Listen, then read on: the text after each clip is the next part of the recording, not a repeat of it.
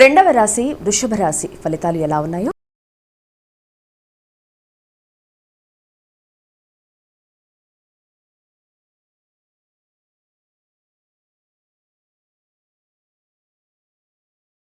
సంవత్సరం వీళ్ళకి ఈ గురుగ్రహ ప్రభావం వల్ల ముఖ్యంగా వీరు ఆరోగ్య విషయంలో కానీ లేకపోతే ఏదైనా ఆలోచన విషయంలో కానీ కొంత జాగ్రత్తలు తీసుకుంటే బాగుంటుంది. అంటే దీర్ఘకాలిక అనారోగ్యాలు ఏదన్నా ఎదురయ్యే అవకాశాలు కానీ ఉన్న వాటికి కొంత ఇబ్బంది పడే అవకాశం కానీ కనబడుతున్నప్పటికీ కూడా దాన్ని వీరు అధిగమించడానికి అన్ని విధాల అవకాశాలు కూడా కనబడుతున్నాయి.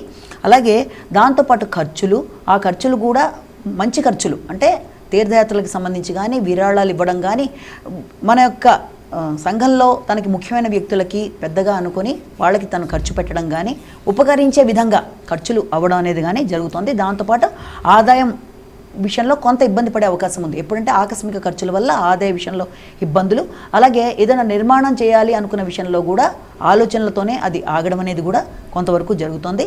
అలాగే విద్యార్థులకి విద్యకి సంబంధించి నూతన ఆవిష్కరణలు చేయడం అనేది దాంట్లో మనం చూడొచ్చు.